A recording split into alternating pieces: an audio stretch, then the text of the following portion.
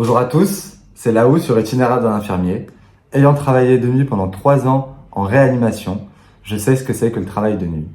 Et ça me tenait à cœur de faire une vidéo sur le sujet. Consistant en une des spécificités de notre profession, le travail de nuit reste indispensable, mais il n'est pas sans risque. Savais-tu qu'à peu près 49% des salariés en France travaillaient dans des horaires dits atypiques et 9% de la population active travaille de nuit?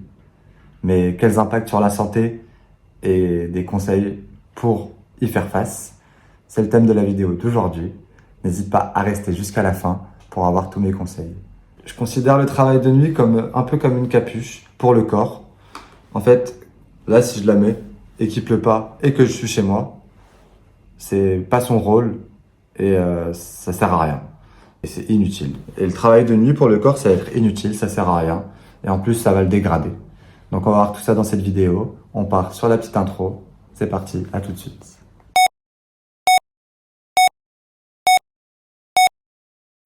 Il est bon de savoir que la majorité des infirmiers qui travaillent de nuit sont de jeunes diplômés, même si certains anciens préfèrent y rester. Pendant mes études, j'ai fait plusieurs stages de nuit. J'ai eu la chance d'expérimenter ce système et donc de savoir que, étant jeune, je sais que je pouvais m'adapter à ce genre d'horaire dit atypique.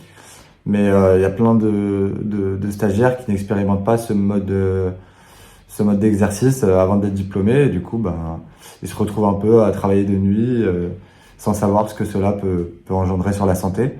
Ce qu'il est intéressant de savoir, c'est que depuis plusieurs années, il y a des recherches qui ont été réalisées sur ces modes d'exercice sur la santé pour pouvoir émettre des recommandations. Donc la HAS, c'est la Haute Autorité de Santé qui s'est occupée de faire ces recommandations.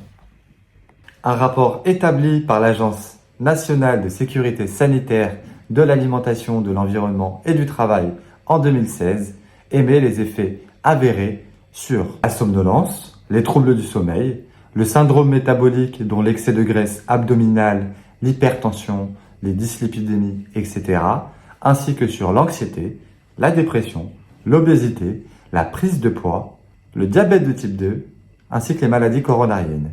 Et qu'est-ce qui va être la cause de tout ça? Ça va être la dette de sommeil qu'on va accumuler au fur et à mesure parce que le sommeil ne va pas être récupérateur. On va pas dormir dans des horaires adéquats et du coup, ça va engendrer des proliférations cellulaires suspectes, anormales, qu'il ne devrait pas y avoir si on avait des rythmes normaux. Il est bon de savoir qu'en France, le travail de nuit concentre un grand nombre de soignants qui manquent de reconnaissance et qui prennent des risques pour leur santé, mais c'est indispensable pour la continuité des soins. Un infirmier de nuit gagne seulement 2,14 € de majoration brute par rapport à un infirmier de jour. Bonne nouvelle, en janvier 2024, il va passer à 4,12 € brut à cause ou grâce à la majoration du salaire horaire de nuit de 25%. Ayant travaillé 3 ans de nuit et 1 an de jour, enfin 1 an et demi bientôt, le travail de nuit, ça consiste un défi pour le corps humain. Le corps humain, il n'est pas du tout adapté pour vivre la nuit. Et d'autant plus que, bon, ok, on gagne quelques centaines d'euros en plus, mais l'inversion jour-nuit, elle n'est pas sans danger pour la santé, comme on l'a vu. Ça peut engendrer des maladies cardiovasculaires, du surpoids, des troubles du sommeil, des risques de cancer accrus, de la dépression, de l'anxiété. Et moi, je me sentais vraiment fatigué, irritable, en colère souvent.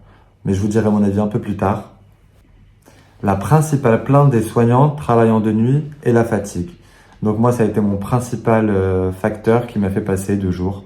Je suis d'autant mieux quand je peux me reposer à des horaires normaux et fixes. Pouvoir passer une soirée avec ma femme, c'est beaucoup plus plaisant qu'au travail. Même si ça m'arrive de faire des nuits sup, j'aime bien l'ambiance de nuit. Mais j'ai fait mon choix. D'autant plus que moi, je travaille en 12 heures, du coup de 19 h à 7 h du matin. C'est dangereux pour la santé, ça fatigue vraiment et puis on soigne des gens. Donc la fatigue s'installe et puis la fatigue chronique, ça peut entraîner plein de conséquences sur la santé. On va les voir tout de suite. La fatigue à long terme, appelée fatigue chronique, peut être caractérisée par une sensation persistante de fatigue, d'épuisement et de faiblesse.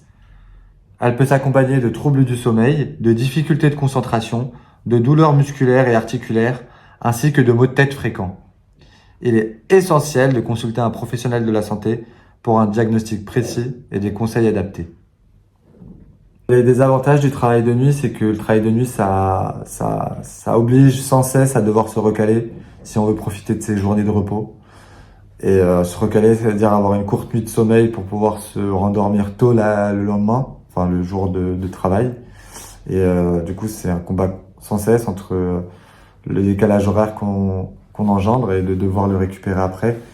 Et puis, la vie personnelle, elle en prend un coup parce que quand les potes sortent le week-end et que nous on travaille, on peut pas trop les voir. Les soirées ou les nuits où je laisse seule ma femme, c'est un peu désagréable aussi. Donc, si ça vous plaît de travailler de nuit, travaillez, mais pas trop longtemps. Et le jour, vraiment, en termes de pratique et de professionnalisme, je trouve que c'est plus intéressant. Quand on travaille de nuit, on dort quand le monde vit, en fait. On rentre le matin, on voit tout le monde qui est au travail. Nous, on est rincé de la nuit. On rentre chez nous se coucher et on se dit que c'est un peu bizarre parce que on est décalé, H24. Et du coup, c'est un rythme particulier à prendre. Et vraiment, moi, ce qui m'a... la fatigue. Quel épuisement j'ai ressenti. Et puis même au niveau mental, c'est dur quand même c'est une ambiance particulière la nuit. Mais c'est cool. Alors la super fausse croyance qu'on a quand on travaille de nuit, c'est que on travaille pas. Ça, c'est totalement erroné. Je peux vous dire que en réanimation, pour mon cas, je pense que dans d'autres services, c'est différent. Mais il y a des nuits où on va travailler autant que le jour. Ça va être la continuité des soins. On va réaliser les mêmes soins que la journée parfois.